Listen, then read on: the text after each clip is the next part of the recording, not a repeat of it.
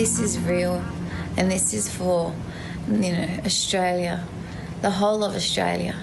All I can think about is my children that I haven't seen in a very long time. And this is for them. It's had a really huge impact on your family. You're not able to look after your kids at the moment. I haven't been working. I'm a single mum. It's not easy. Hello, I'm Paul Barry. Welcome to Media Watch. And that was single mum Ramona, one of 700 COVID patients hospitalised in Australia at the end of last month, who, along with two others in Sydney's Concord Hospital, was keen to warn people of the dangers of COVID by sharing heartbreaking stories about their illness from their hospital beds. So please get vaccinated. I wish I did it beforehand. Shortness in breath, something attacking the lungs. It was harsh. Footage of those patients, identified only by their first names, was recorded by Dr Lucy Morgan and released by New South Wales Health and made it onto all the major networks, including ABC News, 10 News First and 7 News. But soon, people on social media were wondering if the New South Wales Health video was actually a fake. And among the sceptics was former One Nation Senator Rod Cullerton, whose post received thousands of likes, and another former Senator, David Lyon-Helm. And one intrepid TikToker who went digging was able to reveal... I found all three actors. Now, how can this be coincidental? Yes, all three, including Ramona, were supposedly paid crisis actors who did not have COVID at all. And another internet sleuth then set out to prove it, ringing Concord Hospital to show that Ramona Coury was not a patient there. Hello, is this Concord Hospital? Yes, can I help you? Hi, it's John Curry. I'm just looking for my wife. Patient? Ramona Curry. I just can't see anyone with that surname. Well, bingo. That video, which TikTok only removed today, had nearly 800,000 views. And elsewhere on social media, other punters were getting outraged by what they saw as TV's fake news. How stupid and outright deceptive is Channel 9? Phoned the hospital. She is not a patient at all. More lies on our TV. So, is Ramona a crisis actor pretending to have COVID for New South Wales Health? No, of course she's not. As New South Wales Health made clear, the patient's name is not Ramona Coury, but Ramona Al-Nasha, who is a pharmacy worker. And as you can clearly see, they are two different people, despite the fact that both are women and both have dark hair. And as for the two male patients, well, we're happy to tell you they are not crisis actors either. As actor and comedian Mitch Garling, who was outed online as COVID patient Osama Ahmed, said on Instagram... Turns out that people are using my photo and my Star Now profile, saying that I am an actor sitting in a hospital pretending to have COVID. Look, I am an actor, but not pretending to have COVID. Not that. Just doesn't even look like me, has a beard, that's it. It is amazing what people will believe, isn't it? And even we have had viewers asking, is it true? And why haven't the mainstream media covered this? But it's not just fun and games for the COVID conspiracists, because the hospital told Media Watch... It has been highly distressing for Dr Morgan and the patients to see their powerful messages undermined by these baseless and dangerous accusations and to have their credibility questioned. Staff in Concord Hospital's intensive care unit have also received multiple intimidating phone calls from members of the public over this matter. It is the last thing our exhausted health workers need. And it's not much better for the rest of us, relying on people to take COVID seriously and get the jab if we're ever to win back our freedoms. But now, to the Press Council, which has handed down a damning judgment against The Australian over its relentless campaign on transgender issues that it's been running since mid-2019 with stories like this. Warnings over surge in youth transgender cases. Adults fail by giving in to trans teenagers. Gender change is no fix for autism. Those are just 3 of the 45 articles, mostly written by roving editor Bernard Lane, which the Press Council was asked to rule on. And the APC duly found The Australian guilty of breaching 3 key principles to ensure accuracy, to ensure fairness and balance, and to avoid substantial distress or prejudice. The complaint was filed by Dr Michelle Telfer, head of the Gender Clinic at Melbourne's Royal Children's Hospital since 2012, who spoke to the ABC's Australian Story in May about the Australians' tireless campaign. From August 2019 to the current time, the Australian newspaper has written nearly 50 articles about me and my work. So the newspaper is inferring that clinicians like me are harming children, that it's experimental, that the care is novel, and that they're potentially mentally ill and they're not really trans. Media Watch also found the Australians' campaign disturbing right from the start, and I took aim at it 2 years ago. The Australian has written no less than 18 stories on gender since the 7th of August, or more than one a day. And apart from a handful on cricket's new transgender policy, written by the sports writers, they're almost all full of fear and warnings. They're castrating children. Fears grow for trans kids. Transgender project out of balance. One of our concerns was the critics the Australian was relying on, like Professor John Whitehall, a former deputy president of Fred Nile's Christian Democrats, who confessed to never having met a transgender patient.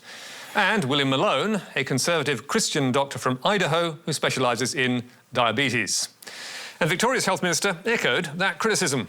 The commentators that the Australian chose to highlight in its campaign did not bring any credibility in this specialist field of paediatrics. I thought it was ill-advised and it needed to stop. Telfer's 42-page complaint to the Press Council also objected to the repeated use of sources without relevant expertise, plus inaccurate and unfair reporting, and distress caused to transgender young people and their families. And on Friday, the Press Council upheld several of Dr Telfer's complaints, noting that the paper's relentless attacks on her were unwarranted. The public interest did not justify the extent of references to the complainant in so many of the articles, or implying that the healthcare practiced at the Royal Children's Hospital Gender Service is out of step with mainstream medical opinion.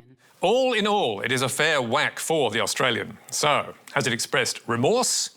Far from it. Instead, it hit back in this editorial. Press deserves the right to explore difficult topics. In which it pledged to carry on doing much as it pleases, claiming that hurt feelings were at the heart of Dr Telfer's complaint and the ABC ruling, and arguing that the judgment was, in fact, largely favourable, in that the Press Council, quote, defends much of our reporting, partly upholds a complaint, and dismissed claims of inaccuracy, while adding, on the most substantial issue of public interest, the APC ruled in our favour. That was on the matter of whether it was justifiable for the paper to have caused distress and prejudice to transgender kids with its fearless reporting. The Australian then went on the attack, suggesting that the Press Council was wrong-headed and charging that it was, quote, swayed unduly by a concerted campaign by activists, and then adding this sledge. It is possible to conclude that the complaint is another example of the cancel culture tactics used to stifle debate. Finally, the paper warned that the APC's criticisms would have a chilling effect on free speech.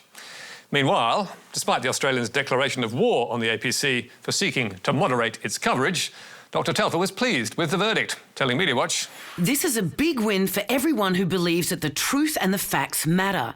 We must continue to insist that the reporting on trans issues be accurate, fair and balanced. The rights, health and well-being of the trans community depend on it. Let's hope Dr Telfer's optimism is justified.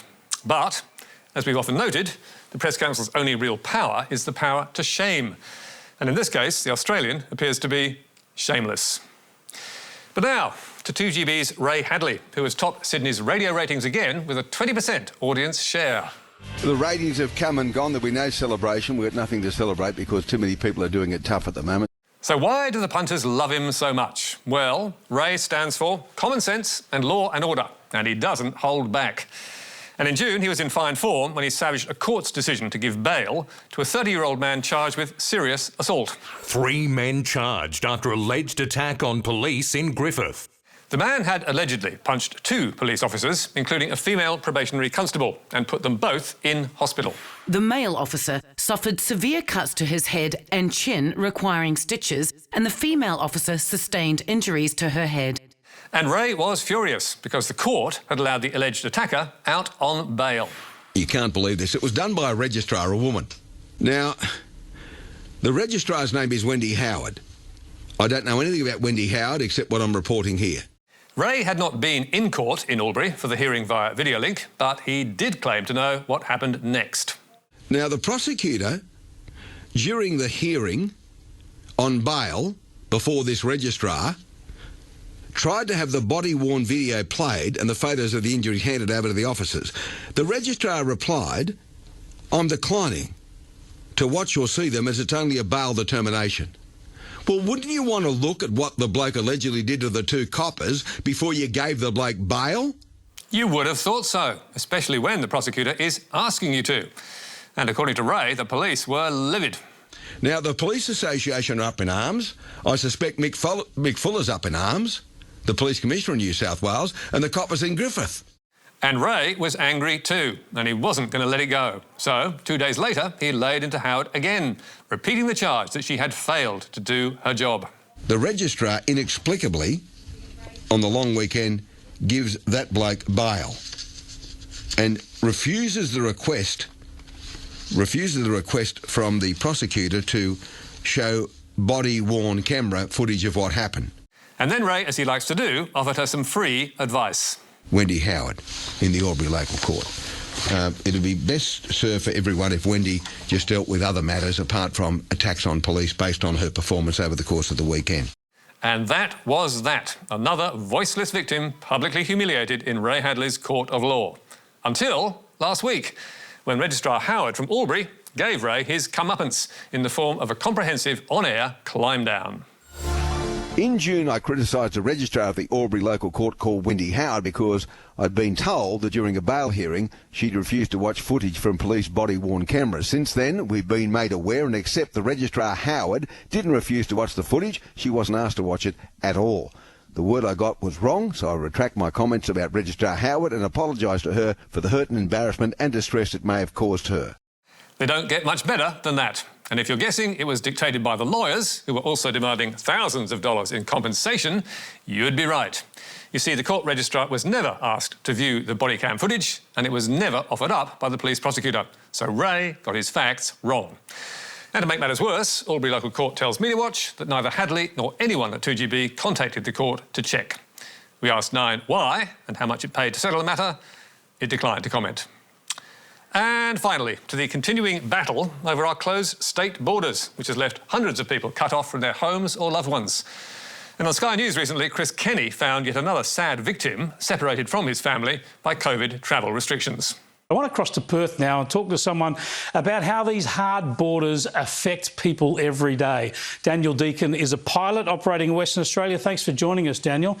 Tell us about that border. You're working in the West, you have family on the other side of the country. Just how much uncertainty does this create for people in Western Australia?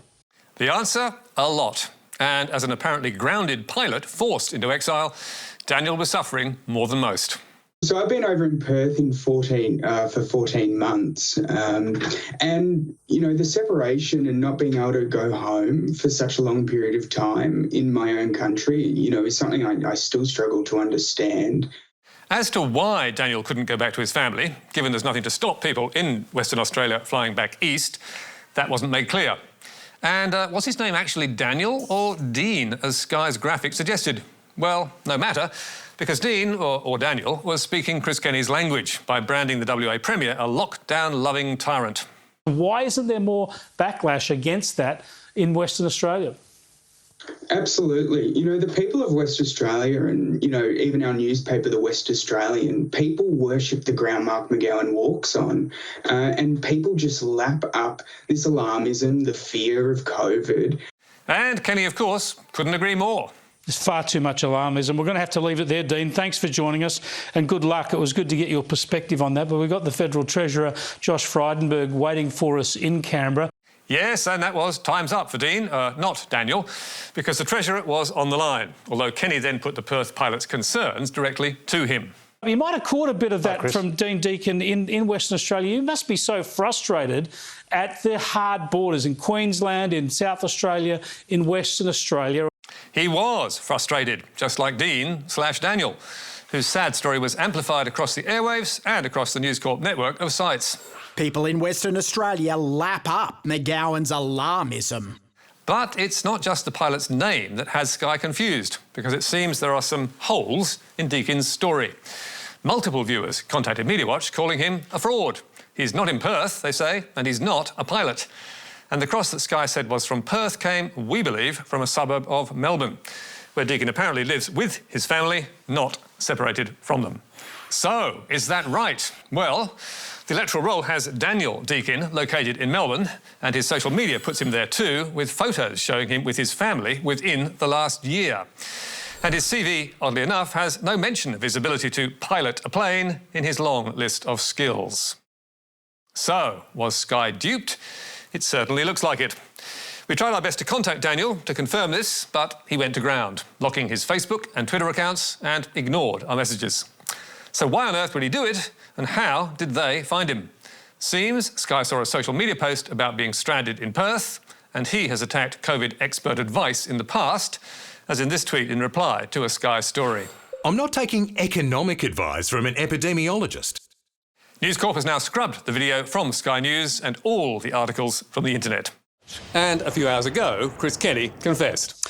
Last month, by the way, I spoke on air for a couple of minutes to a man claiming to be a pilot in Western Australia, complaining about that state's border closures. The ABC has alerted us to questions around this man's story. We've tried to put those questions to him, but we've been unable to contact him so far, unfortunately. So we've now dropped that interview from our website. Really, it could happen to anyone. So trust no one and check. That stranded pilot in Perth may just be a punter having some fun at your expense. That's all from us tonight. There's more on our website, including a statement from Concord Hospital and a link to that Press Council ruling. And don't forget Media Bites every Thursday on your favourite social media platform. But for now, until next week, goodbye.